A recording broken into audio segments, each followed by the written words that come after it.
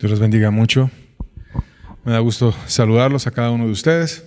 Antes de iniciar el tema, la exposición, les pido su apoyo. Si pueden, por favor, poner su celular en modo de vibrador o de silencio para no interrumpir a los demás. Si puedes evitar una llamada, pues entonces lo puedes poner en modo de silencio, y si la necesitas tomar, pues con que lo pongas en modo de vibrador y la puedes tomar en la parte posterior si así lo necesitas. Y bueno, después de este breve anuncio, queremos iniciar la exposición del tema. El día de hoy vamos a hablar sobre la tentación y vamos a pedirle a Dios que nos ayude a entender su palabra. Padre bueno, te pedimos, Señor, que nos sigas hablando, Señor, que estés tú con nosotros, Señor, que tu palabra nos pueda ser expuesta de una manera adecuada, Señor, y podamos aprender a través de la exposición de ella, Señor. Háblanos porque lo necesitamos, Señor. Enséñanos a huir de la tentación. Concédenos tener claro el concepto, Señor, y poder escapar para ser tuyo, Señor. En el nombre de tu Hijo amado. Amén. Bueno, vamos a iniciar con Mateo 26, verso 41. Dice la Biblia, Jesús hablando: velad y orad para que no entréis en tentación. El espíritu a la verdad está dispuesto, pero la carne es débil. Velad y orad para que no entréis en tentación. El espíritu a la verdad está dispuesto, pero la carne es débil. Aquí está diciendo Dios que nuestra naturaleza está inclinada a entrar en tentación, o sea, una posibilidad o una invitación a hacer alguna maldad que nos pueda llevar a un desvío que nos lleve a deshonrar a Dios. Pero a pesar de tener esa inclinación o esa posibilidad de negar a Dios o de ofenderle a Él o al prójimo, o en una situación que no sea adecuada, que sea transgredir su ley, que sea caer en un pecado, tenemos una grandísima ayuda, porque dice la palabra que Dios está dispuesto. Dios nos quiere ayudar. Dios siempre nos quiere dar la mano, nos quiere extender su gracia, nos quiere ayudar. Y lo que nos pide es simplemente velar, que está ligado a estar atentos, y orar, que está ligado a tener una actitud humilde para ir con Dios. Entonces, si nosotros estamos en humildad, en oración, atentos, vigilantes a cualquier acechanza del enemigo, del pecado, de la maldad, podemos estar fuertes para enfrentar la tentación. Y hablando sobre cómo la tentación es algo que no es agradable, hay una leyenda antigua sobre el canto de las sirenas que es interesante, y yo sé que es una leyenda, es un mito, mitología griega, pero tiene una historia que nos puede ser un ejemplo. Y en la introducción voy a narrar la mitad y la última parte cuando acabemos el mensaje. El canto de las sirenas era un canto maravilloso, hermoso, que atraía a los barcos que estaban en un lugar del Mediterráneo, a unas rocas, en unas aguas turbulentas. Y cuando iban los marineros en sus naves, navegando cerca de donde estaban las sirenas, ellas empezaban a tocar una melodía increíble y eran muy hermosas, y empezaban a tentar a los marineros, y sabían que al acercarse a aquellas rocas iba a ser probablemente el final, y además muchos de ellos ya habían perecido antes, pero no podían resistir el canto. Era hermosísimo el canto, era muy grande la atracción, y muchos barcos iban enfilados hacia aquellas rocas y finalmente morían por el canto de las sirenas. Pero en 2 ocasiones fue vencido el canto de las sirenas. Una de ellas fue con Ulises, y la vamos a narrar en la introducción al mensaje. Él fue uno que pudo oír el canto de las sirenas y salir ileso. Y lo que hizo Ulises fue seguir el consejo de Circe, que le aconsejó que le pusiera cera en los oídos a los marineros para que quedaran ellos sordos.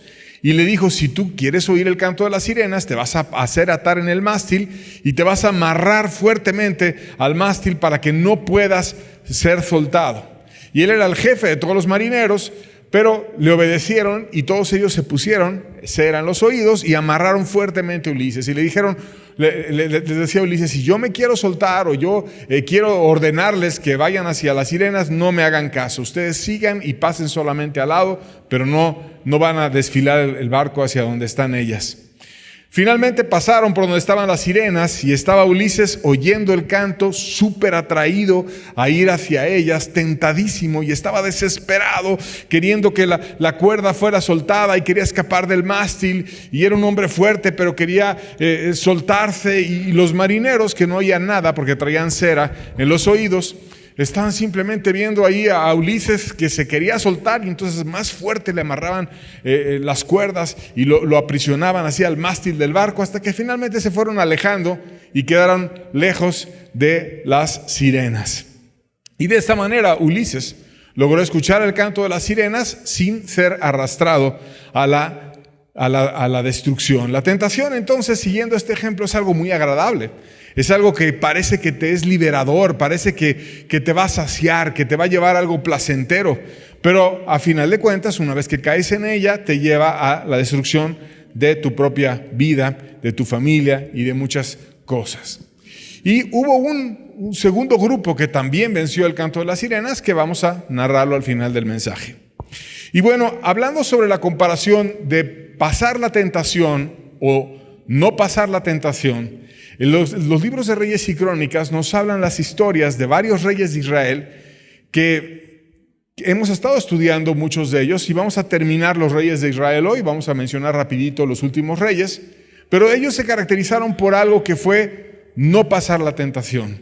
Y la tentación se iba acercando cada vez más y más y más, e iban más y más cerca a las rocas que los iba a destruir y que terminaron dejando de ser nación. El reino del norte se perdió, las tribus del reino del norte fueron dispersas y terminaron perdiendo su oportunidad. E irónicamente, la misma tentación que tuvieron los israelitas, el reino del sur, que era Judá, la enfrentó con un solo rey que pasó esa tentación. Entonces vamos a aprender qué tuvieron aquellos que no la pasaron y qué tuvo el que sí pasó la tentación, para que nosotros podamos aprender de estas enseñanzas que nos dejaron los reyes y lo podamos aplicar a nuestra vida. Los reyes de Israel que vamos a ver, los que no pasaron la tentación, fueron Jeroboam II, que fue hijo de Joás. Recuerda que había un Jeroboam I, que fue el que inició el sistema religioso paralelo. También vamos a hablar de Zacarías, de Salum, de Manahem, de Peca y de Oseas. Ellos no pasaron la tentación, fueron los reyes de Israel. Y el rey de Judá, que pasó la misma situación que Israel, fue Ezequías y la venció. Vamos entonces a ir narrando la situación de los reyes de Israel y cómo cada vez se iba haciendo más grande el problema. Iniciamos con Jeroboam, hijo de Joás, o Jeroboam II, que fue usado, al igual que su padre, para restaurar la parte perdida de Israel por la enorme compasión de Dios. Segunda de Reyes 14, versos 26 al 27, dice la Biblia: porque Jehová miró la muy amarga aflicción de Israel, que no había siervo ni libre que diese ayuda a Israel, y Jehová no había determinado raer el nombre de Israel debajo del cielo, por tanto lo salvó por mano de Jeroboam, hijo de Joás. Él todavía era descendiente de Jehú, y recuerda que Jehú mismo fue alguien que vino a traer el bien, que vino a traer liberación, a cambiar el liderazgo de Acab y de Jezael, y también su descendencia pudo ser usada para esto. Y entonces este hombre logró ser usado para traer libertad. Estaban todavía teniendo compasión de Dios, y Dios no había determinado el raer, o sea, el arrancar, el quitar por completo a Israel de aquella tierra. Y cuando dice la Biblia raer, se refiere a desaparecer y hacer que ellos dejaran de ser como una nación estable y fuerte. El reino que finalmente hizo que Israel desapareciera fueron los asirios. Y vamos a ir viendo cómo cada vez más se iban acercando los asirios a Israel. Asiria era una nación temidísima. El rey era representante de Dios en la tierra y era además el sumo sacerdote. Entonces tenía un poder increíble. Y ellos iban avanzando por muchos lugares, secuestraban a las mujeres, las iban llevando a las doncellas más hermosas al harén del rey o de las personas que eran muy famosas o ricas o importantes en el reino. Las tenían ahí, muchas de ellas estaban enclaustradas por siempre en el palacio y no podían salir nunca, sino estaban solamente al servicio de él. Y solamente las mayores, las que tienen más edad o de más confianza, salían del palacio. Y el ejército que él tenía era un ejército muy muy temido. Usaban máquinas de guerra para vencer los muros en las ciudades, hacían terraplenes y lograban brincar los muros. Y fueron ellos los primeros en utilizar el acero en las espadas. No se usaba antes, hasta que llegaron los asirios. Y eso les daba mucha ventaja sobre otros ejércitos y podían vencer fácilmente. Y hacían muchas maldades, metían mucho miedo cuando ellos iban conquistando. Decapitaban a los enemigos muertos, a los que más problemas les daban, les cortaban la cabeza. Y luego levantaban sus cabezas en un palo y las usaban como un trofeo y las exhibían. Y entonces a todo el mundo le daba miedo tú ponerte en contra del reino de Asiria porque no querías que tu cabeza estuviera siendo exhibida como la del resto de los enemigos.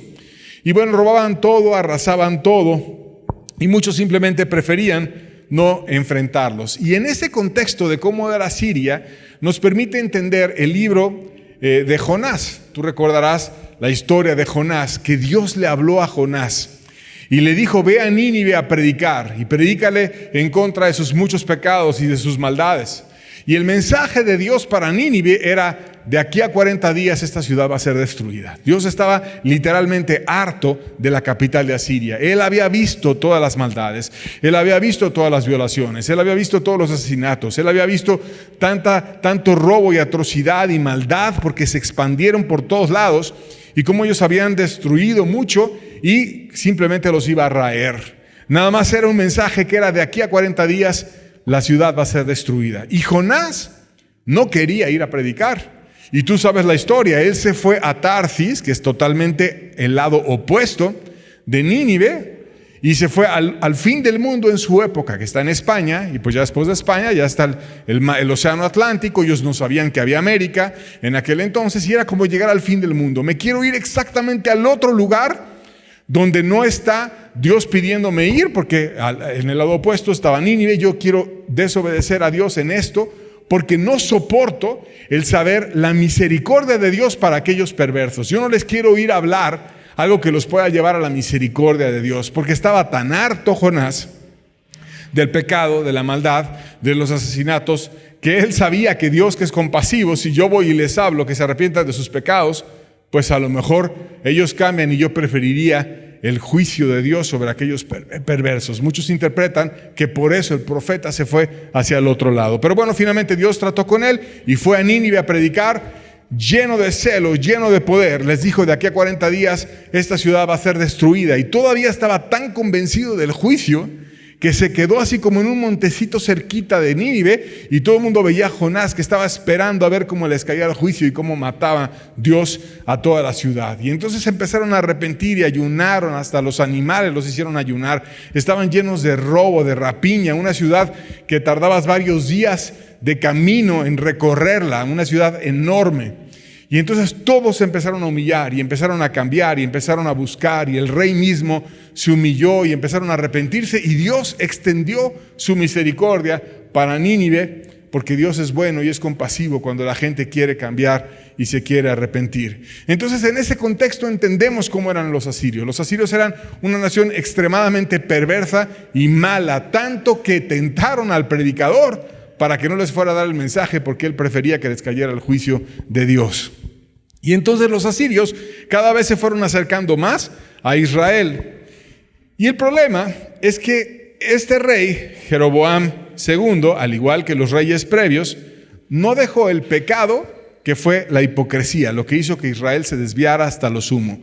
Vemos en 2 Reyes 14, verso 24, dice, e hizo lo malo ante los ojos de Jehová, y no se apartó de todos los pecados de Jeroboam, hijo de Nabat, el que hizo pecar a Israel.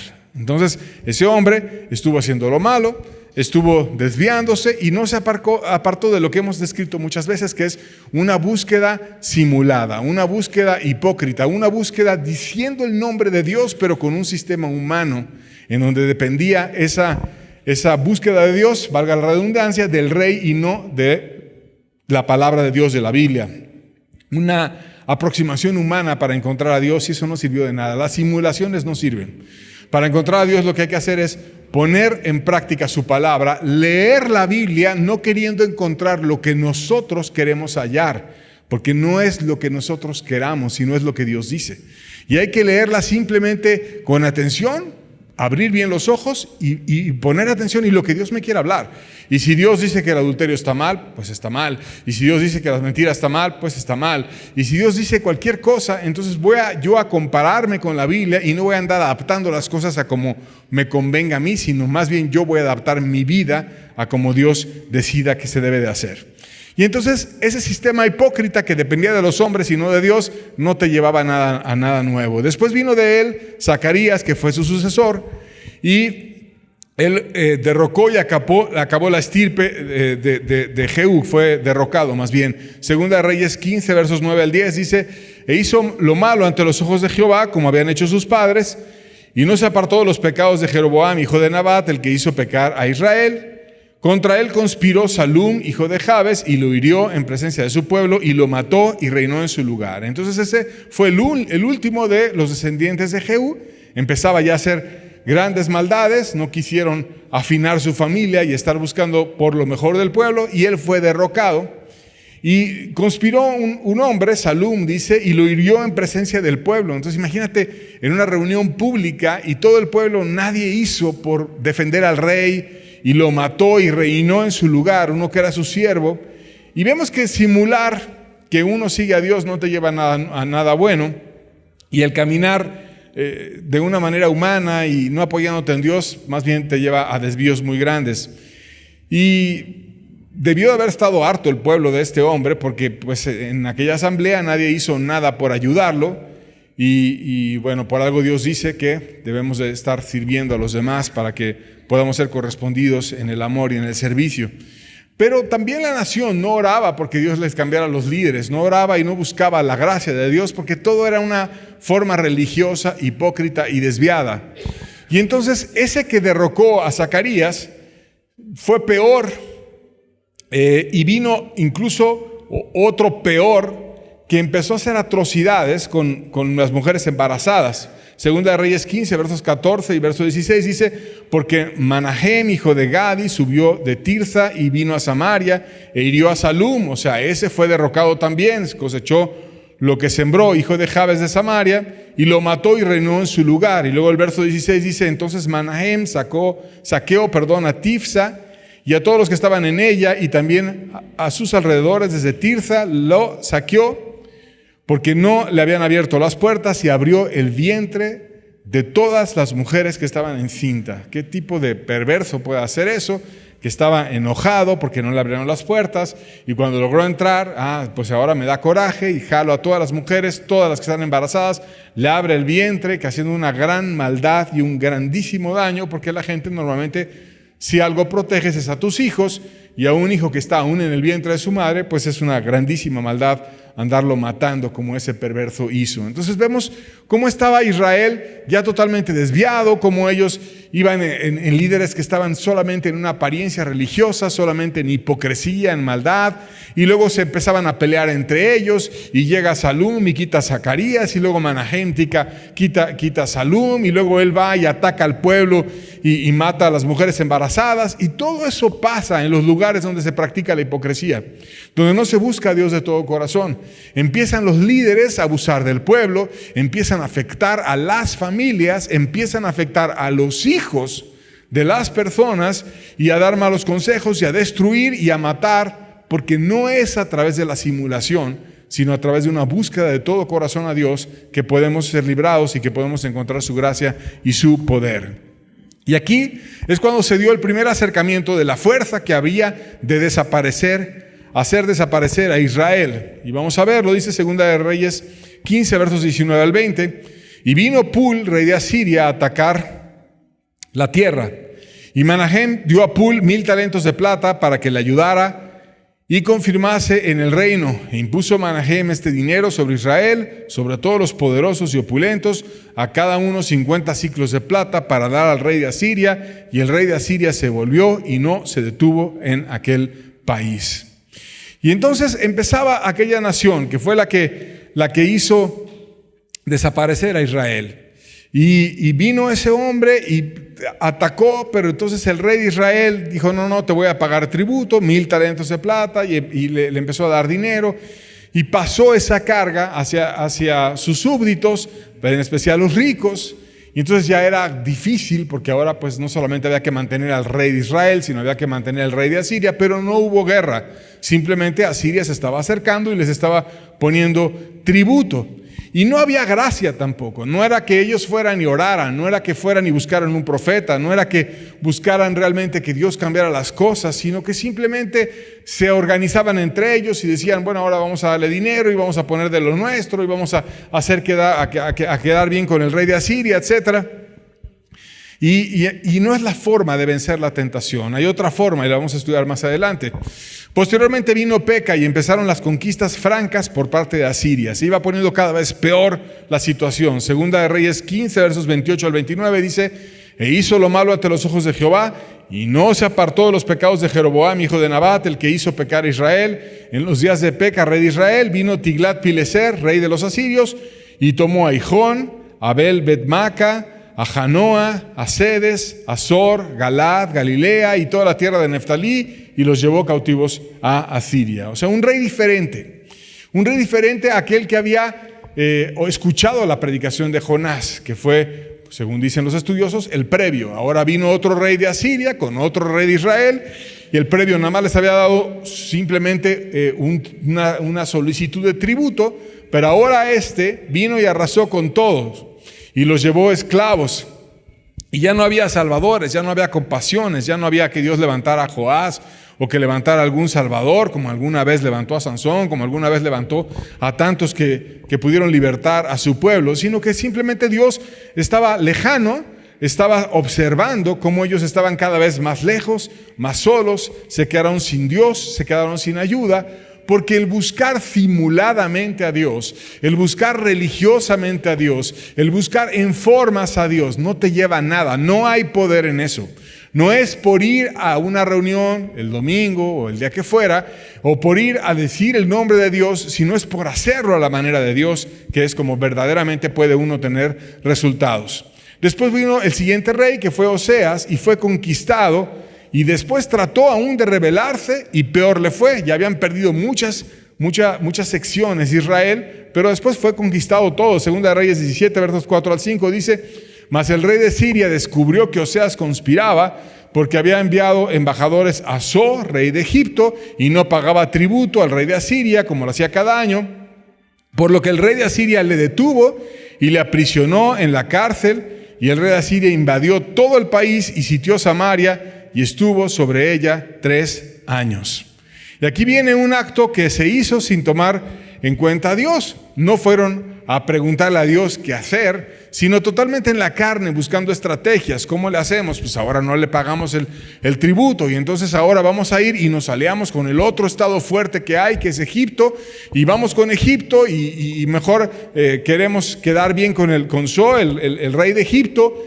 Pero peor le fue, porque Egipto no le fue a ayudar, y después vinieron, lo volvieron a conquistar y empezaron a tener una situación mucho peor, donde los dispersaron por todo el imperio y poblaron la tierra con otras personas que después fueron enseñados por sacerdotes israelitas, que los regresaron para que pudieran enseñar la ley de aquella tierra, y les instruyeron en lo que ellos sabían hacer, que era una búsqueda religiosa o simulada de Dios, con apariencias y con hipocresía.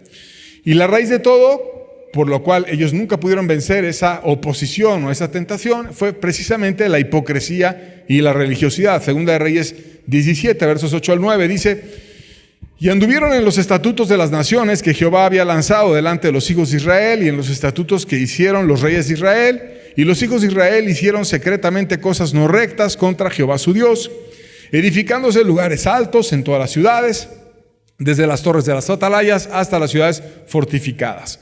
O sea, cada uno empezaba a tener ahí sus desvíos, empezaban a adorar a dioses paganos, ahí en el atalaya, que debería estar buscando a Dios, orando a Dios y viendo de lejos para ver que no llegara ningún enemigo. En la misma torre había cultos idolátricos, y empezaban a hacer muchas simulaciones. Decían que amaban a Dios, pero amaban el mundo. Decían que se entregaban a Dios, pero tenían idolatría y muchos pecados. Y era la pura hipocresía. Gente que tenía el mundo en el corazón, que hacían lo mismo que las otras naciones, las mismas perversidades, las mismas maldades, los mismos desvíos, algunas de ellas hasta llegaban a sacrificar a sus hijos, a los demonios. Y dice la Biblia que hacían lo mismo. Entonces ellos hacían lo mismo que el mundo en su época, pero tenían el nombre de Dios. Y así hay muchos falsos creyentes que hacen exactamente lo mismo. Viven igual que cualquiera que no conoce a Dios. Hacen los mismos desvíos, las mismas borracheras, las mismas lujurias, las mismas maldades, los mismos odios en el corazón. Todo está igual de sucio, pero tienen la apariencia de que buscan a Dios. Tienen la Biblia bajo el brazo, tienen la simulación de que están con Dios, pero están simplemente en una forma religiosa y desviada. Los descendientes de ellos quedaron en hipocresía por generaciones y sin fuerza para vencer la tentación. Ellos fueron dispersados, unos pocos regresaron y se mezclaron con los que habían venido a poblar la tierra, y la hipocresía quedó por siempre en aquel lugar. Segunda de Reyes 17, versos 40 al 41, dice: pero ellos no escucharon, antes hicieron según su costumbre antigua. Y fíjate bien, Dios te dice cuál era la costumbre antigua. Así temieron a Jehová aquellas gentes, y al mismo tiempo sirvieron a sus ídolos. Y también sus hijos y sus nietos. Según como hicieron sus padres, así hacen hasta hoy. O sea, como hacían antiguamente, y luego los hijos y los nietos, y hasta hoy, cuando fue redactado este libro de Segunda de Reyes, hacían lo mismo, según su costumbre antigua. ¿Cuál era la costumbre antigua en Israel? El no escuchar, el temer a Dios, o sea, el decir que amas a Dios y que aborreces el mal, pero al mismo tiempo servir al pecado. En este caso, servir a la idolatría, que es un ejemplo de los muchos desvíos que hubo, pero hubo otros muchos más. Entonces, no es por decir que sigues a Dios, sino es por vivir en base a lo que Dios te enseña, que tú puedes vencer la oposición. Ese fue el final de Israel. Ya no hay mucho que hablar de Israel, fueron dispersados, Asiria los acabó, se los llevó, se acabaron aquellas tribus. Y después, cuando más adelante lo vamos a estudiar, algunos regresaron y también hubo una dispersión en Judá, etc. Dios volvió a tener misericordia por el pacto que tenía en Israel como nación, mas no con aquellos individuos que practicaron la hipocresía, sino como nación, por el pacto que hubo con Abraham, etc. Dios tuvo compasión con la descendencia y volvió a jalar a aquellos que tuvieron corazón para buscarlo. Pero todos aquellos religiosos que anduvieron en hipocresía, que no quisieron buscar la gracia de Dios para vencer la tentación, se terminaron perdiendo. Y aquí entonces cambiamos de página y cambiamos de reino. Y ahora, después de hablar de Israel y los desvíos que los llevó a la hipocresía, vamos a ver Judá, que estuvo a punto de caer y que por poco Asiria también venía la conquista, y que de hecho era muchísimo más fuerte que Judá. Pero tuvo un rey que hizo la diferencia en la forma de enfrentar la dificultad y la tentación. Y de este rey vamos a aprender mucho. Segunda de Reyes 18, versos 5 al 7, dice: en Jehová, Dios de Israel, puso su esperanza. Ni después ni antes de él hubo otro como él entre todos los reyes de Judá. Porque siguió a Jehová y no se apartó de él, sino que guardó los mandamientos que Jehová prescribió a Moisés. Y Jehová estaba con él, y a donde quiera que salía prosperaba. Y él se rebeló contra el rey de Asiria y no lo sirvió. Dijo: yo no voy a servir al rey de Asiria, voy a servir a Dios.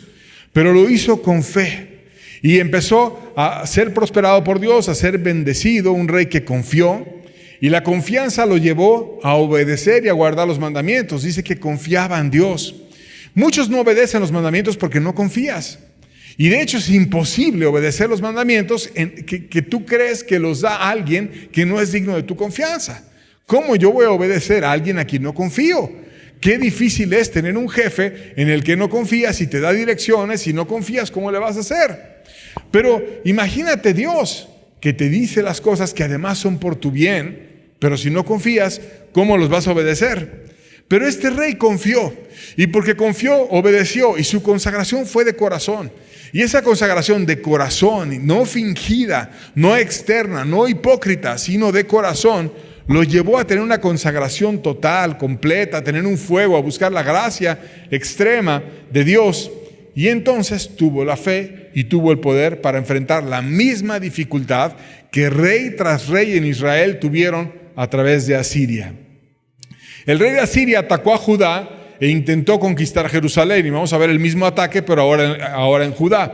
Segunda de Reyes 18, verso 17, dice: después el rey de Asiria envió contra el rey Ezequías al Tartán, al Rabsaris y al Rabsacés, con un gran ejército desde Laquis contra Jerusalén. Y subieron y vinieron a Jerusalén, y habiendo subido, vinieron y acamparon junto al acueducto del estanque de arriba, en el camino de la heredad del lavador. Aquí vienen los más importantes personajes del reino de Asiria. Y te habla del Tartán, que es el que preside los regalos o el tributo. Es una especie de canciller dedicado al fisco, y él estaba sobre los tributos. Él quería administrar el dinero del rey y lo que le dabas al rey. También te habla del Rabsaris, que es el hombre de confianza del rey. Aquel que estaba tan cerca del rey que le servía la bebida y que el rey confiaba en él para que no fuera envenenado, el que le servía la comida, el que era encargado de las situaciones que tenían que ver directamente con la salud del rey, era el Rabsaris. Entonces la mano derecha del rey estaba ahí. Y el Rabsacés, que era un militar que traía un ejército enorme, un ejército que hemos hablado, que tenía fama de muchas masacres, que tenía fama de torturas, que tenía actos crueles en extremo, que tenía armas nuevas, que estaban llenos de riqueza, que estaban llenos de fuerza. Esos mismos que acabaron con Israel, ahora fueron contra Judá. Y entonces estaba Judá enfrentando la misma tentación que Israel tuvo que enfrentar. Y dentro de la tentación, le hizo saber que no había fuerza humana que lo pudiera librar de él. Fíjate cómo se presenta al tentador, guiado por el mismo diablo, inspirado por el mismo infierno, porque empieza a narrar una tentación que es la misma que enfrentamos todos nosotros. Y vamos a ver cómo vino esa tentación y cómo se parece a muchas de las que nosotros podemos enfrentar. Segunda de Reyes 18, versos 19 al 21, dice: y le dijo el Rabsacés: decid ahora, Ezequías, así dice el gran rey de Asiria, ¿qué confianza es esta en la cual tú te apoyas? Dices, pero son palabras vacías. Consejo tengo y fuerzas para la guerra. Mas, ¿en qué confías que te has rebelado contra mí? He aquí que confías en ese báculo de caña cascada en Egipto, el cual, si alguno se apoyare, se le entrará por la mano y la traspasará. Tal es el faraón, rey de Egipto, para con todos los que en él confían. Y aquí, cuando lees el original, se refiere de una manera extremadamente insultante a sus adversarios, con un lenguaje en extremo grosero y humillante. Y le llama al faraón pequeño, le llama tonto e inútil, pero al español lo tradujeron de una manera más poética. Y al país, a todo Egipto, le llama una caña cascada. Él creía que Judá estaba apoyándose en Egipto para rebelarse, porque simplemente ellos no tenían fuerza suficiente para enfrentarlo. Entonces, suponiendo que era Egipto, empieza a criticar al faraón y empieza a criticar a Egipto. Y vemos entonces cómo era un hombre extremadamente soberbio. Y siempre la tentación viene de alguien que es el rey de todos los soberbios, que es el mismo diablo. El diablo está lleno de soberbia. Y en esa soberbia, en creer que eres invencible, en creer que nadie te puede ganar, en creer que nadie te va a poder batir a ti, es que viene y presenta la tentación. Y cuando estamos delante de la tentación, así se nos presenta, como algo imposible de vencer. No hay nadie que te pueda librar de esta dificultad. No hay nadie en el mundo. Si tú crees que el que te va a librar es Faraón, tú has de saber que él es un pequeño, es un tonto, es un inútil. Y lo dice de una manera en extremo grosera y en extremo insultante en el lenguaje original. Y que Egipto no es nada, es como apoyarte en una caña cascada, como si quisieras apoyarte en un palo que se te va a romper y que en la mano te va a dejar herido, pero que no te va a poder ayudar. No tiene ninguna fuerza. Y cuando estamos en la tentación, así viene el tentador, es imposible que venzas esta. Es imposible que puedas pasar esta tentación. No hay nadie en el mundo que te pueda librar. Es imposible. Yo soy más fuerte que tú y no me puedes vencer. Así se presenta el diablo, así se presenta el pecado, así se presenta la oposición. También realizó argumentaciones teológicas para debilitar su confianza en Dios, apuntando siempre hacia su fuerza. Dice 2 Reyes 18, versos 22 al 23, y si me decís, nosotros confiamos en Jehová nuestro Dios, ¿no es este aquel cuyos lugares altos y altares ha quitado Ezequías? Y ha dicho a Judá y a Jerusalén, delante de este altar adoraréis en Jerusalén. Ahora pues yo te ruego que des rehenes a mi señor, rey de Asiria, y yo te daré 2,000 caballos, si tú puedes dar jinetes para ellos. O sea, fíjate cómo empieza con cuestiones teológicas. Si tú dices que confías en Dios, Dios no te va a oír. ¿Y por qué no te va a oír Dios? Porque ese Dios en el que tú confías está enojado. Y está enojado porque la manera correcta de buscar a Dios es a través de altares y de ídolos, que Ezequías quitó esos ídolos. Entonces Ezequías te está llevando por una manera incorrecta de buscar a Dios. La manera correcta de buscar a Dios es a través de la idolatría, y él quitó la idolatría. Y entonces no te va a apoyar, no te va a bendecir y no te va a dar su mano. Y te llevó todavía diciendo que ibas a adorar delante de Jerusalén, y eso no es correcto. Y para que veas mi fuerza, ¿tienes tú 2,000 jinetes? ¿Tienes entre tu gente 2,000 personas que puedan montar a caballo? Porque si es así, yo te doy 2,000 caballos. O sea, el menor de mis capitanes, el más pequeñita parte de mi ejército, no tienes nada. No tienes gente que pueda montar a caballo. No tienes nadie que me pueda vencer. No tienes fuerza. No tienes nada. Porque Faraón en Egipto no te puede ayudar. Y porque si crees que el que te va a ayudar es Dios, Dios no te va a ayudar, porque tienes una manera incorrecta de buscar a Dios. La manera correcta es a través de la idolatría. La manera correcta es a través de la carne, a través de apoyarte en que tú tengas jinetes, en que tengas fuerzas, en que tengas caballos, en que tengas muchas cosas. Y así es el tentador. Aparece poderoso, aparece invencible, aparece como alguien que no podemos vencerlo nunca, y te empieza a meter confusiones teológicas. Esa no es la forma de buscar a Dios. Esa no es, son los fanáticos. Están mal. Tú no estás buscando a Dios correctamente. Te empieza a generar una guerra en la mente que te hace que no te apoyes en Dios, y parece imposible de vencer la tentación. Incluso se presentaba a sí mismo como un servidor de Dios. Fíjate cómo todo lo cambian y todo lo transforman. Lleno de fuerza, y hasta dijo una falsa profecía. Segunda de Reyes 18, versos 24 al 25. Dice: ¿cómo pues podrá resistir a un capitán, al menor de los siervos de mi señor, aunque estés confiado en Egipto con sus carros y su gente de a caballo? ¿Acaso he venido yo ahora sin Jehová a este lugar para destruirlo? Jehová me ha dicho: sube a esa tierra y destrúyela. ¿Qué es aquí? Un falso profeta. Una persona que dice que está hablando de parte de Dios, que le dijo a un evento que iba a venir en el futuro, y que le dio una orden que es subir a Judá y destruirla, y que Dios lo había enviado. Entonces, la gente, cuando te está oponiendo, hace todo tipo de desvíos, y el tentador va a usar lo que sea.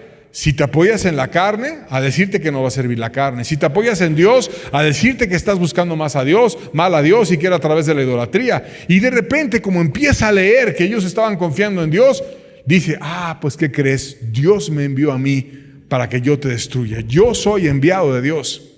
Y no sé si alguna vez te ha pasado, pero el que te digan profecías falsas no es nada agradable. Sobre todo si te lo dice una persona que aparentemente tiene experiencia, o que tiene supuestamente el espíritu y capacidad de decir profecías, y después te das cuenta que no tiene nada.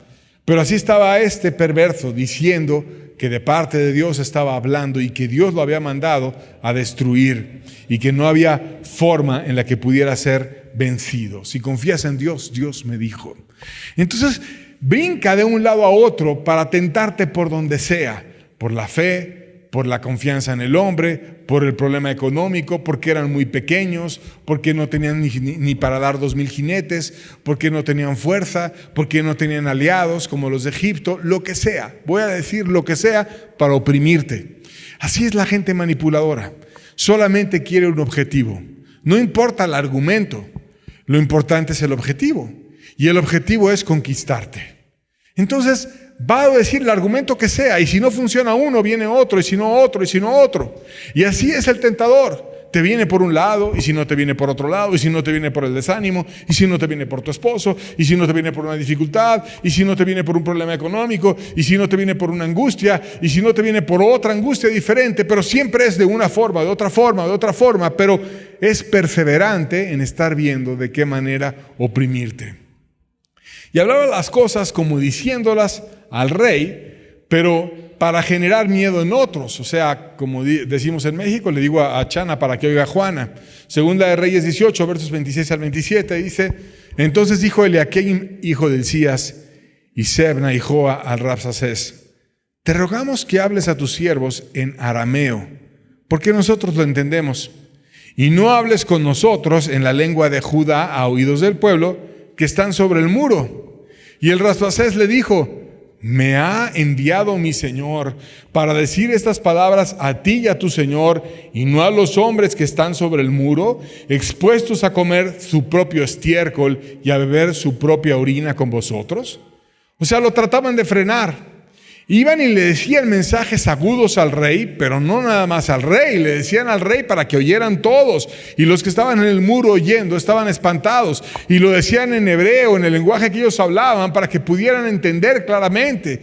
Y entonces estaban siendo tentados, porque el tentador no nada más viene a tentarte a ti, viene a tentar a las personas que dependen de ti. Y así es el diablo, viene tras de ti, viene tras tu esposa, viene tras tus hijos, viene tras tus hermanos, viene tras de todos. Y a veces genera una opresión en uno, como en este caso en el rey, pero lo hago en el rey para tentar absolutamente a todos, porque lo que yo quiero es que todos oigan y que todos caigan y que todos se atemoricen y vengan y me sirven. La tentación entonces provoca divisiones.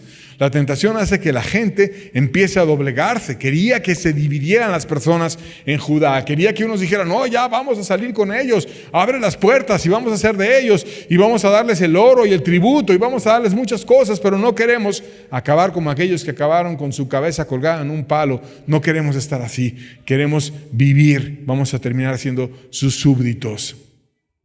Claramente dijo que en la dificultad era invencible y que no había posibilidad ni fuerza que lo pudiera derrocar. Segunda de Reyes 18, versos 28 al 29 dice: entonces el Rabsacés se puso en pie y clamó a gran voz en lengua de Judá y habló diciendo: oíd la palabra del gran rey, el rey de Asiria. Así ha dicho el rey: no os engañe Ezequías, porque no os podrá librar de mi mano. No hay nadie que te pueda librar del gran rey de Asiria. Y te lo decía en la lengua de ellos, que todo mundo entienda. ¿No quieres que yo le hable a los de tu pueblo? ¿Quieres que nada más te hable a ti? Pues no, yo vengo y le digo a todo Judá que oigas la palabra del gran rey, el rey de Asiria. Acuérdate que era como un emisario de Dios en la tierra, que era el sumo sacerdote también de ellos. Que no te engañe Ezequías. Empiezan a hacer divisiones, porque no hay nadie que te pueda librar de mi mano. Y eso hace el tentador. Ezequías en ese momento era el rey, pero era un rey espiritual. Era un rey que buscaba a Dios de todo corazón. Era un rey que era ejemplar y que Dios mismo decía que lo buscaba de una manera diferente a muchos reyes de Judá. Estaba consagrado, buscaba a Dios de una manera correcta. Y entonces él quería romper eso. Quería que el líder perdiera fuerza con la gente. Y eso hace el tentador. Te bloquea, te hace no confiar en un hermano, te hace no confiar en una persona que te pueda ayudar, empezar a dudar y hacer que tú te dividas y empieces a caer en desvíos y no estés confiando en Dios. La única voz que debe de ser oída es la del tentador. El tentador entonces siempre genera confusión, todo lo revuelve, todo lo confunde, que Ezequías no te engañe. Revuelve todo, a lo bueno le llama malo, es malo Ezequías, él te está engañando, a lo malo le llama bueno, pues el bueno soy yo, y el rey de Asiria tiene compasión contigo, tú ven y sírveme, y todo lo empieza a revolver para que pueda venir y tentar a los demás. El tentador te llevaba a confiar en la fuerza del hombre que estaba en sí mismo y a no confiar en Dios. Segunda Reyes 18, versos 30 al 31 dice: y no os haga Ezequías confiar en Jehová, diciendo: ciertamente nos librará Jehová. y esta ciudad no será entregada en mano del rey de Asiria. No escuchéis a Ezequías, porque así dice el rey de Asiria: haced conmigo paz y salid, y coma cada uno de su vid y de su higuera, y beba cada uno de las aguas de su pozo. O sea, empieza el tentador a presentarse ahora como un salvador. El rey de Judá es el que no te permite estar en paz, y yo vengo a que tú tengas paz, a que tú seas libre, a que tú estés bien. Ven a mí, come y bebe. Parecen palabras similares a las que dijo Jesucristo, que fuéramos a Él, comiéramos y bebiéramos. En este caso, el tentador se presenta como la solución, como la salvación, como el que te libra. Pero todo es confundir tu mente para que vayas y caigas en las maldades que te están poniendo delante. Te ponen el pecado atractivo y te buscan alejar de Dios. Y aunque prometía enriquecerlos, y hasta decía que les iba a dar lo que ningún Dios podía. Segunda Reyes 18, versos 32 al 33. Seguimos leyendo la tentación. Dice: hasta que yo venga y os lleve a una tierra como la vuestra, tierra de grano y de vino, tierra de pan y de viñas, tierra de olivas y de aceite y de miel. Y viviréis y no moriréis. No oigáis a Ezequías, porque os engaña cuando dice: Jehová nos librará. ¿Acaso alguno de los dioses de las naciones ha librado su tierra de la mano del gran rey de Asiria? Y aquí, si tú te pones a razonar, esa tentación era algo totalmente absurdo. El tentador decía cosas absurdas, porque te empieza a decir que los venía a llevar a tierras de olivas, de aceites, de miel, y que iban a vivir y a no morir. Y realmente venía a eso. ¿Quién iba a poner un ejército enorme afuera de una ciudad para sacar a los ciudadanos y llevarlos a otra tierra que es mejor, a una tierra donde hay pan, donde hay viñas, donde hay olivas, donde hay grano, donde hay vino? ¿Quién iba a hacer eso? O sea, ahora se presenta como un hombre misericordioso, que no venía a hacer una campaña militar, que no venía a acabar con ellos, sino venía a hacer misericordia. Y yo los vengo a llevar a ustedes y llevarlos a una tierra mejor. Para eso vine yo aquí afuera, para llevarlos a una tierra mejor. Y eso siempre hace el diablo. No, yo te voy a llevar a algo mejor que el cristianismo. Yo te voy a llevar a un lugar mejor. Está mejor la amante que tu esposa. Está mejor la otra familia. Te voy a llevar a una situación mejor. Y te presenta algo que te va a desviar, que te va a destruir, que te va a hacer daño, pero te lo presenta como si fuera mejor. Te engaña. Y lleno de soberbia dice cosas absurdas. El rey, que era espiritual, hizo equipo con otras personas espirituales y puso todo el caso delante de Dios. Y aquí empezamos a ver la solución. Segunda de Reyes 19, versos 1 al 3. Cuando el rey Ezequías lo oyó, rasgó sus vestidos y se cubrió de cilicio.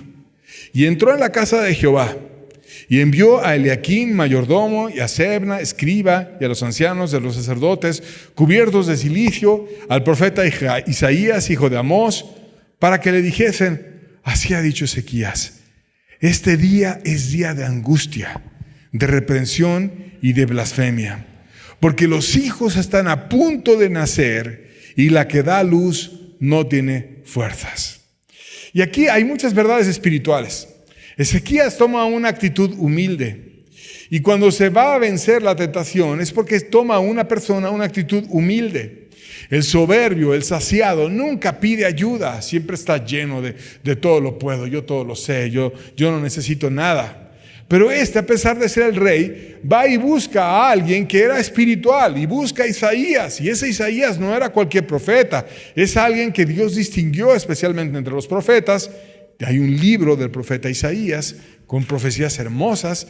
Isaías habló de Cristo precioso. Habló del libertador, habló de aquel que te iba a saciar tu sed, que te iba a bendecir en tu alma, que te iba a ayudar, que te iba a hacer fuertes, que te iba a cambiar por completo. Vio a Cristo, vio su liberación, vio muchas cosas del Salvador, habló del sacrificio. Y lo describe de una manera increíble, y cómo él iba a dar su vida por el justo por los injustos. Y viene precioso. Cristo descrito en el libro de Isaías. Te dice cómo iba a nacer, en qué condiciones. Isaías veía a Cristo al futuro, así como nosotros vemos a Cristo al pasado. Pero Isaías lo veía y lo escribía en su libro y daba esperanza a la nación porque ese era el que les podía librar de toda tentación. Y entonces el rey no decía, yo soy el rey y yo todo lo puedo, sino él va y busca a alguien espiritual, en este caso Isaías, que era una persona espiritual, y empieza a hacer equipo con él. Y le dice la carga, le dice, es día de angustia, de reprensión y de blasfemia, porque ese perverso está blasfemando a Dios. Y algo interesante, los hijos están a punto de nacer y la que da luz no tiene fuerzas. O sea, hay gente que quiere resistir la tentación. Hay gente que no quiere caer en los desvíos. Hay gente que quiere confiar en Dios. Los hijos están a punto de nacer. Por poco se salvan. Ya no nada más van a ser ciudadanos de Judá. Van a ser ciudadanos del reino de los cielos. Están a punto de nacer. ¿A qué tipo de nacimiento se refiere? A un nacimiento espiritual. ¿Por qué? Porque cuando una persona va a vencer la tentación y va a decir, no voy a pecar, no voy a negar a Dios, no voy a andar en maldades, aunque te sientas horrible, aunque te sientas como Ulises en el palo ahí, deseando ir tras las sirenas y sea desagradable y te sientas como amarrado, como queriendo ir al pecado, pero como atado, pero dices, no voy a pecar. Y entonces, ¿qué hay en una persona que está haciendo eso? ¿Sabes lo que hay? Una persona a punto de nacer. Un hijo que está a punto de nacer, alguien que puede ser un nuevo convertido, que está luchando por su propia alma, que está buscando que Dios lo libere, está buscando vencer la tentación. Porque el que no es hijo, al que no le importa a Dios, el que no hay Dios en ninguno de sus pensamientos, va y se revuelca con todo. Pero cuando una persona entiende, Dios quiere mi bien y Dios me está pidiendo algo justo y es correcto que haga esto y esto otro, entonces voy a vencer la tentación. Y decía Ezequías, los hijos están a punto de nacer. Estos por poco se convierten. Hay mucha gente que ya está empezando a confiar en Dios, pero la que da a luz no tiene fuerzas. La iglesia no tiene fuerzas. Y entonces voy a ir con mi hermano Isaías para que él me ayude, porque yo necesito su gracia y su fuerza. Y va con Isaías y hace equipo. No es un soberbio, sino es una persona que pone la tentación y la situación delante de alguien espiritual para que le pueda ayudar. Qué difícil es ayudar a un soberbio. Todo lo que te dice es, no, yo estoy bien, no, yo sí, cómo no, claro.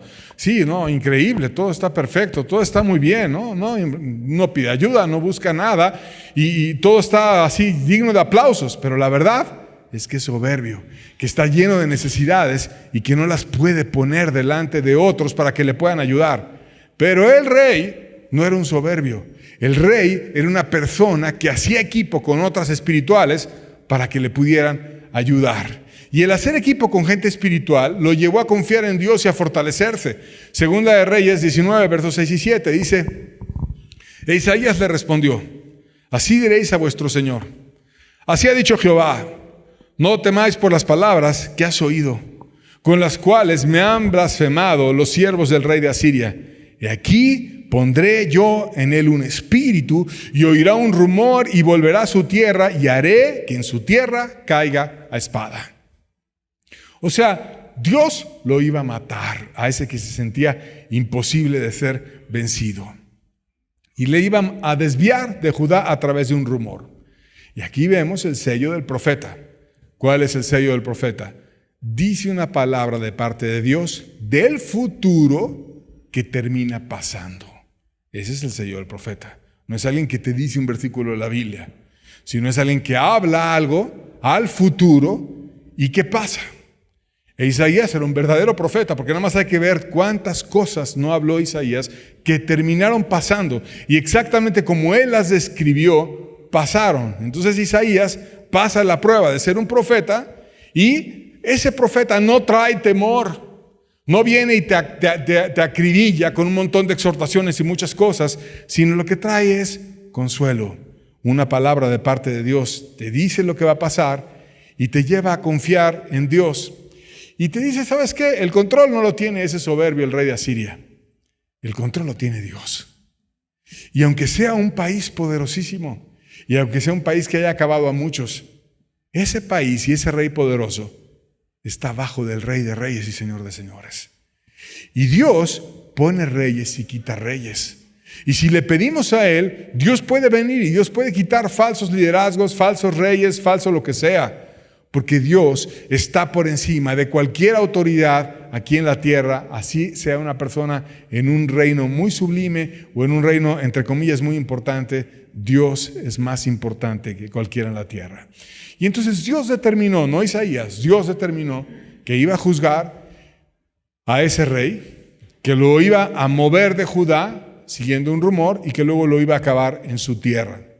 Isaías todo lo que hizo es estar cerca del corazón de Dios, oír la palabra de Dios e ir y contar eso que Dios iba a hacer a el rey y a todo Judá. Pero cuando pasó esto, en la partida lleno de soberbia, el desviado seguía calumniando y tentando. Y fíjate cómo es perseverante el diablo. Aunque ya estás perdiendo fuerza y aunque ya Dios está empezando a voltear la situación, sigue tentando, es perseverante, es obsesivo, es alguien que no te suelta, no suelta y no suelta y no suelta y no suelta. Y entonces vemos esa perseverancia en la maldad. Segunda de Reyes 19, versos 9 al 11 dice: y oyó decir que Tiraca, rey de Etiopía, había salido para hacerle guerra. Aquí está el rumor que dijo Isaías. Entonces volvió él y envió embajadores a Ezequías diciendo: así diréis, Ezequías, rey de Judá, no te engañe tu Dios en quien tú confías, para decir: Jerusalén no será entregada de la mano del rey de Asiria. He aquí tú has oído lo que han hecho los reyes de Asiria a todas las naciones, destruyéndolas, ¿y escaparás tú?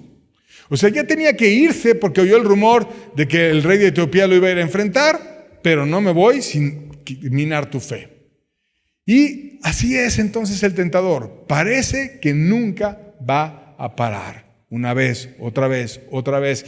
Y a veces Dios ya está trayendo la solución. Ya Dios está contestando. Ya Dios está apartando la opresión. Pero el diablo no deja tu mente de decirte: no, va a venir otra vez y no lo vas a poder vencer. Que no te engañes, Ezequías. No es que me vas a poder vencer. Nadie me ha podido vencer. No vas a escapar. Es imposible escapar de mí.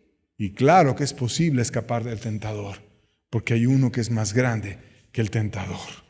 Porque así como Cristo pone reyes y quita reyes aquí en la tierra, también en las cuestiones espirituales es muy superior al diablo y a todos sus demonios y a todas las huestes. Él es infinitamente poderoso y no hay quien pueda enfrentarlo. Ezequías fue tentado nuevamente.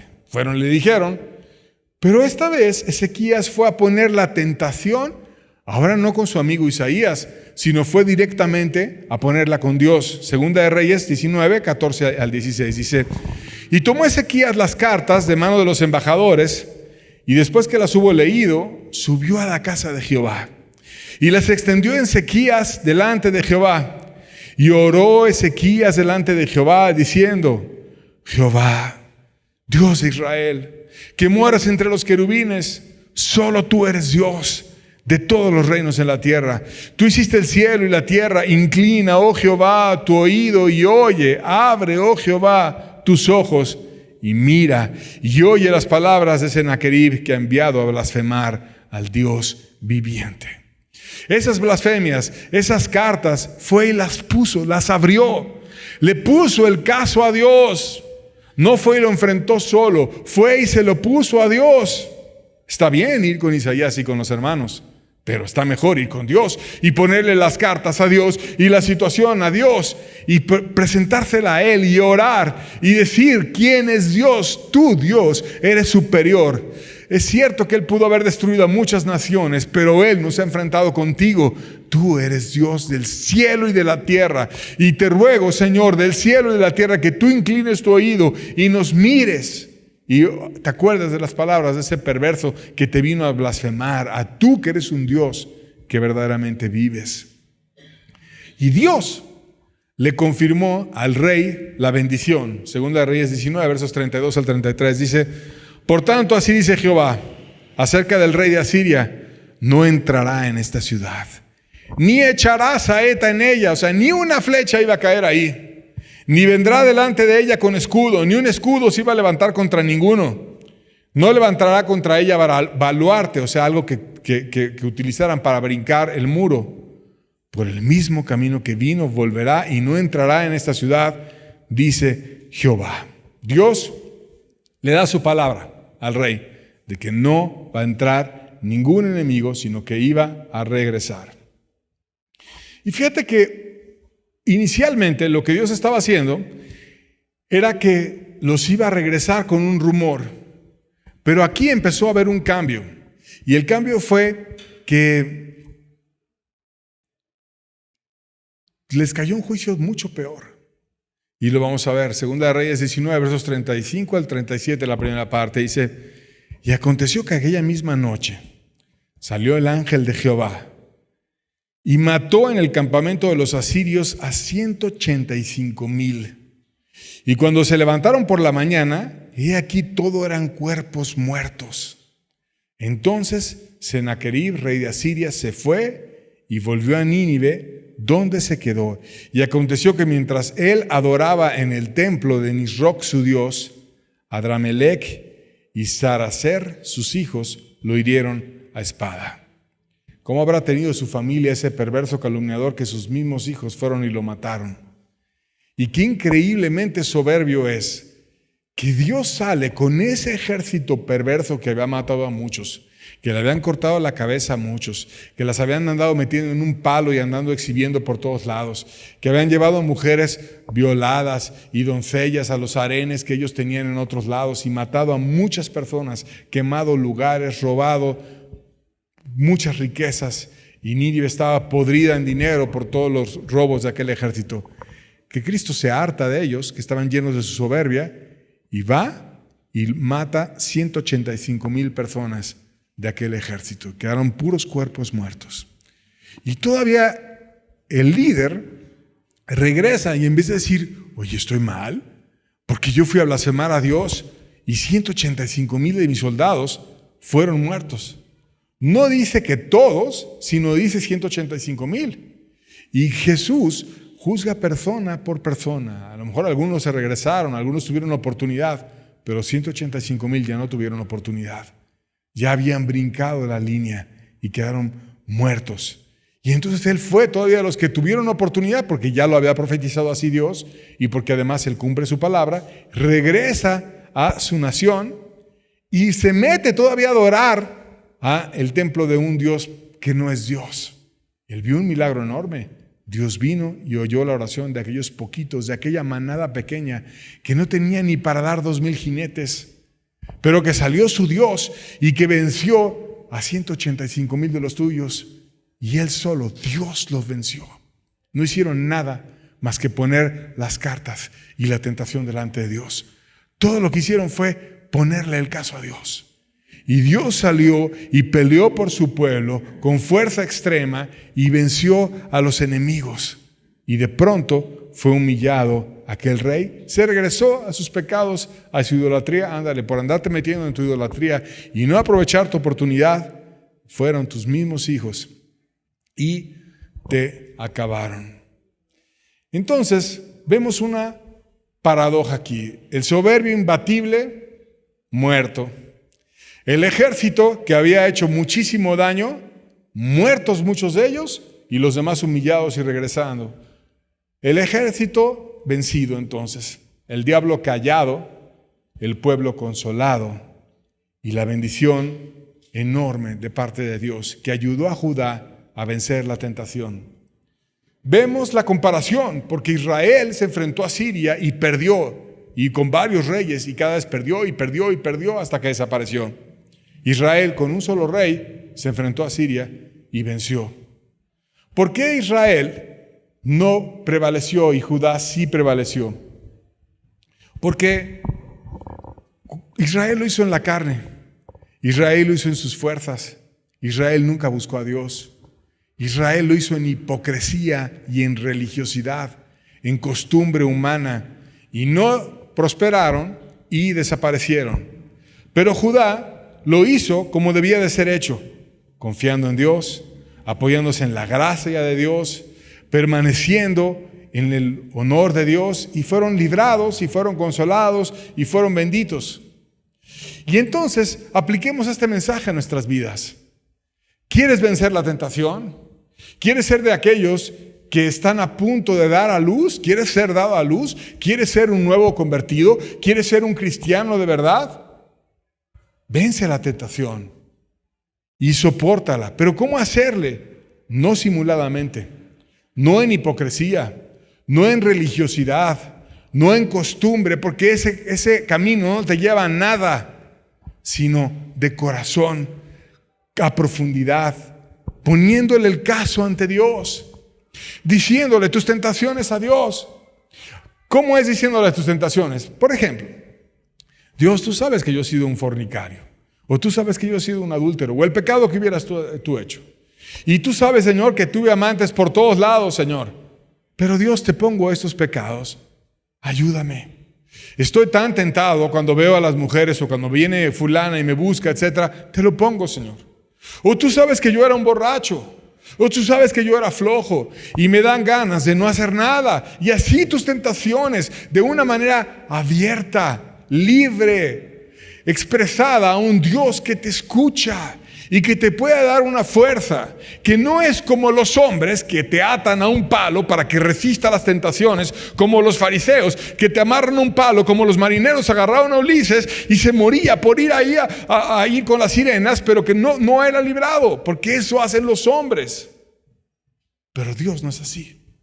Dios te da una fuerza para vencer tu tentación, la tentación que sea, por escabrosa que sea, por difícil que sea. ¿Cuál era tu pecado? Hay un Dios que te puede ayudar a vencer ese pecado, cualquiera que sea. Lo pones, lo oras, le quieres dejar de ofender, pones tus pecados, oras, confías, obviamente lo dejas de hacer porque tienes que poner tu parte, pero también Dios va a venir y te va a ayudar. Dios es quien da la salida en la tentación, y Dios es quien le dio la salida al rey de Judá, a Ezequías, y a toda la nación, y te la va a dar a ti si tú quieres buscar verdaderamente a Dios. 1 Corintios 10, versos 12 y 13 dice: así que el que piensa estar firme, mire que no caiga. No os ha sobrevenido ninguna tentación que no sea humana, pero fiel es Dios, que no os dejará ser tentados más de lo que podáis resistir, sino que dará también juntamente con la tentación la salida para que podáis soportar. O sea, Dios te va a ayudar. Dios no va a permitir que tengas una tentación que no puedas soportar. Y siempre, siempre, junto con la tentación, va a estar la salida. ¿Eso qué quiere decir que va a estar la salida? ¿Quién es la salida? Cristo es la salida. O sea, que al lado del tentador y donde está el diablo susurrándote al oído, ahí mismo, cuando te sientas oprimido, cuando sientas que no puedes, al ladito está Cristo. Deja de ver al tentador, voltea a ver a Cristo y ve la salida que te va a poner Cristo. Si nos apoyamos en Dios, podemos vencer la tentación. Cristo fue abierto. Cristo compartió sus tentaciones con los discípulos. Fíjate, Cristo fue tentado por el diablo, estuvo ayunando 40 días y 40 noches, fue al desierto y enfrentó al diablo como un hombre, pero un hombre humilde y un hombre debilitado porque había ayunado mucho. 40 días es un ayuno larguísimo, que si no estás fuerte no lo soportas. Y lo soportó y venció al diablo. ¿Y quién estaba ahí? Si Mateo, por ejemplo, narra las tentaciones de Jesucristo, no es el único evangelista. ¿Cómo supo Mateo esas tentaciones? ¿Por qué? Porque Jesucristo se las contó. Entonces, debió de haber sido una práctica entre ellos el contar sus tentaciones. Imagínatelos en una fogata, ahí comiendo a lo mejor un pez que Pedro pudo haber pescado o no sé, y empezar a platicar sus tentaciones. Y unos a otros fortaleciéndose, orando unos por otros. Y Jesucristo entonces empieza a contar la tentación que él tuvo. ¿Qué crees que me pasó? Que yo estuve ayunando y fui al desierto y enfrenté al diablo. Y vino y me ofreció todos los reinos de este mundo, porque eso hizo el diablo. Todo esto te daré si postrado me adorareis. Todos los reinos del mundo. Creo que nadie ha sido tentado así. Y Jesucristo fue tentado con todo lo que tiene el diablo en esta tierra, pero no se dio ante eso. Y también fue tentado a tener una búsqueda vana de Dios, así como para exaltarse Él y no para buscar la salvación de las personas. Porque le dijo el diablo: párate en el templo y arrójate y baja volando así porque está dispuesto que no vas a tropezar tu pie en piedra. Y entonces era como algo espectacular, ¿no? Llega el Mesías y aparece y sale desde arriba del templo y baja. Y todo el mundo lo iba a ver así volando como si fuera Superman, y empieza Cristo y luego da un sermón. Pero no venía a eso. No venía a hacer demostraciones paranormales. Venía a tratar con los corazones. Y ese tipo de demostraciones el diablo lo quería tentar para que se desviara por las formas, por la vanagloria, porque fuera él aplaudido por ese tipo de cosas. Pero Jesucristo fue alabado por cambiar el corazón, no por hacer ese tipo de cosas. Y también fue tentado a los deseos de la carne. Obviamente, su carne, ¿qué crees que quería después de haber ayudado 40 días? Pues comida. Y el diablo le puso comida enfrente. Pero él iba a dejar de ayunar, no cuando el diablo le dijera, sino cuando el Padre le dijera que estaba completo su ayuno. Y estuvo completo cuando Jesús enfrentó al diablo. Entonces, si Jesucristo buscó el apoyo del Padre y oró abundantemente para enfrentar al diablo, al que a muchos había hecho caer, al que hizo caer al rey más sabio, que fue Salomón, al que hizo caer a un hombre que nunca había caído, que fue Adán, al que hizo caer a una mujer que nunca había caído, que fue Eva, no había concupiscencias en ellos, no había maldades, no habían conocido el pecado, pero los hizo caer.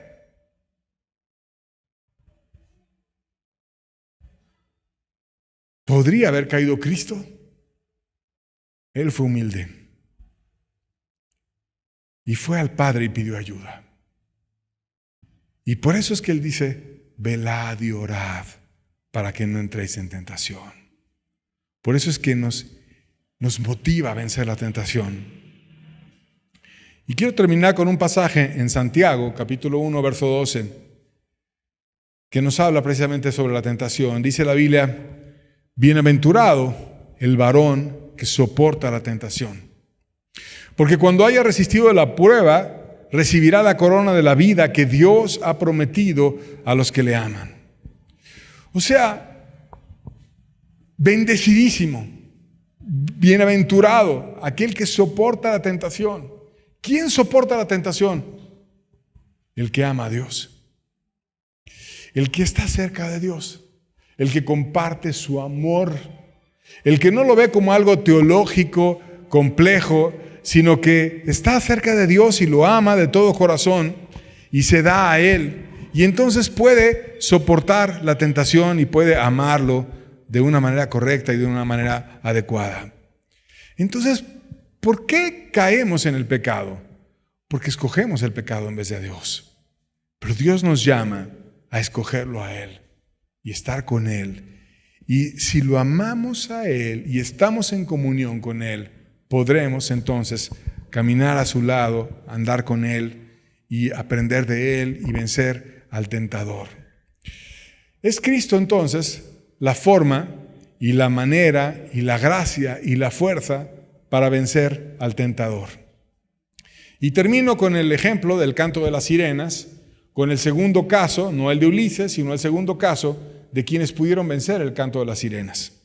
Un canto irresistible, un canto que atraía a los marineros y cuando lo oían acercaban sus barcos hacia unas piedras que terminaban destruyéndolos y perdían sus vidas.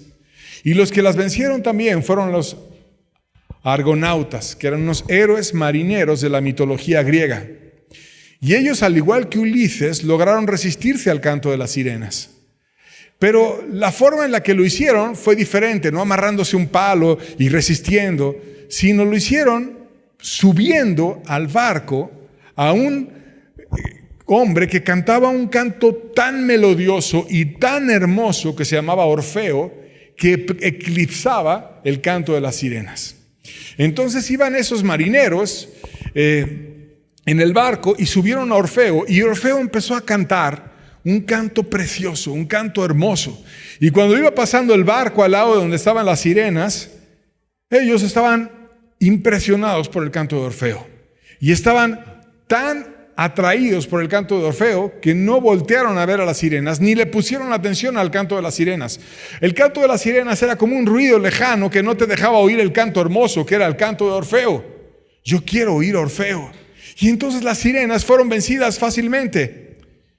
Y el destino tenía selladas a las sirenas, en aquel ejemplo de la mitología griega, pues si alguien desatendía su canto, iba a llegar su final. Así que al ver que Orfeo era más atractivo que ellas en el canto, se echaron al mar y se quedaron convertidas en rocas las sirenas, en aquel lugar del Mediterráneo donde enfrentaron Ulises y los argonautas a las sirenas, a la tentación. Pero lo interesante es que aquellos vencieron a las sirenas y las dejaron muertas y hechas como rocas. Y decía el pasaje con el que estamos concluyendo: bienaventurado el varón que soporta la tentación, porque cuando la haya resistido la prueba, recibirá la corona de la vida que Dios ha prometido a los que le aman. ¿Cuál es esa corona de la vida? Que Dios te va a dar una corona de la vida al que venció la tentación. Una corona que es la corona de la vida en el cielo. En un lugar donde vas a tener una naturaleza diferente. Donde ya no vas a tener un cuerpo, ni yo como este que se cansa, que se enferma, que se duele, que tenemos que cuidarlo, que tenemos que dormir, que tenemos que hacer muchas cosas porque estamos enfermos, debilitados. Muchas veces nos hacemos cada vez mayores y vamos perdiendo fuerzas hasta que algún día partimos.